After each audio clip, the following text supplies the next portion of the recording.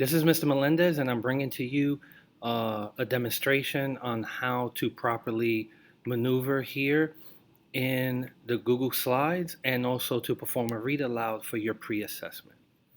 So when you go on Google Classroom and you click on uh, the slides, it'll come to this particular, it will open up and you will see this. These parts right here are very interactive, so all you will have to do is just click on it. And as you can see, this particular block is bordered in blue. So just move your arrow to like the blue line and then you'll be able to move it. Okay? Now, the other thing that I wanted to show you is the same thing here. Drag the directions on the left and label the compass. So north is already labeled for you, and go ahead and click on it. As you can see, the border of SW is in blue. You'll be able to kind of hover over the blue line and move it, and then that way you can move and put it any label. So think of this as a compass, and north is here. Where do you think southwest could be? Where do you think northeast would be? Now we come to the part of the document analysis.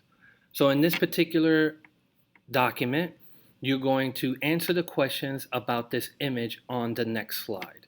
So what we want you to do is take a look at this picture here, and I want you to answer the questions on the next slide based on this picture. I'm going to go ahead and read this for you. Hunting on the plains, indigenous people of North America hunted bison for thousands of years. Bison are huge animals, and just one could feed a very large group of people.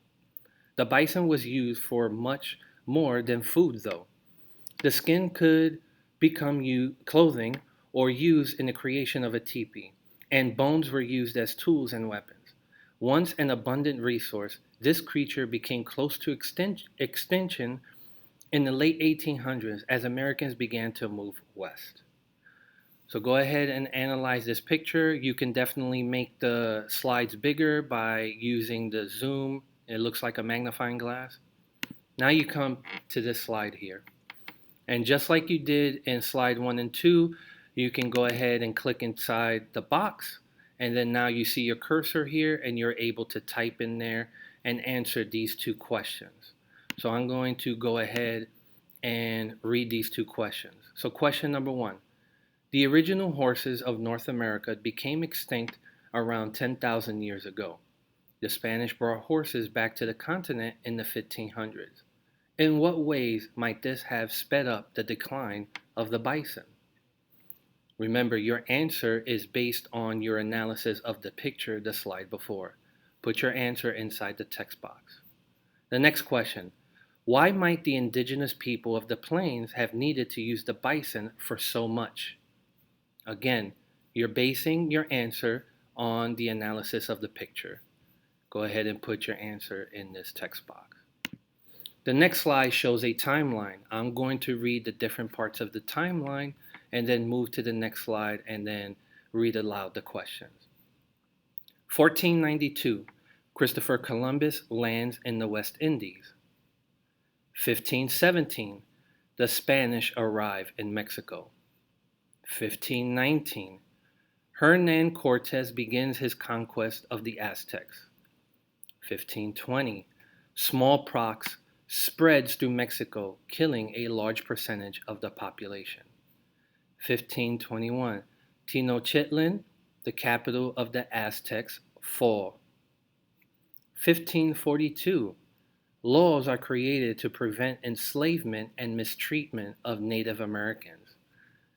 And 1714, the Spanish government requires Native Americans to learn to speak Spanish. Now we go to the next slide. So remember, you're basing your answers off of the timeline. What was an effect of the spread of smallpox throughout Mexico? Please place your answer in the text box. Next question. What might have been an effect of the Spanish government requiring Native Americans to speak Spanish?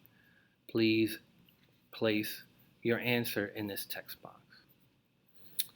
All right, ladies and gentlemen, that is it for the video, kind of giving you an idea on how to maneuver the boxes in slides 1 and 2, and then I performed a read aloud for the questions in slides 3, 4, 5, and 6. Refer to this video as much as you want, and remember you have until Monday, September 28th, until midnight to complete this. Here's a hint. If you come across a word that you're not familiar with, you have a computer or a tablet or even a phone in front of you.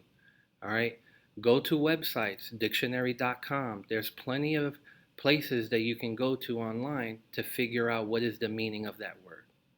Ladies and gentlemen, this is the end of the video.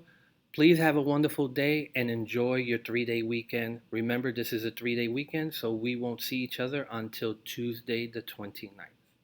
Take care, everyone.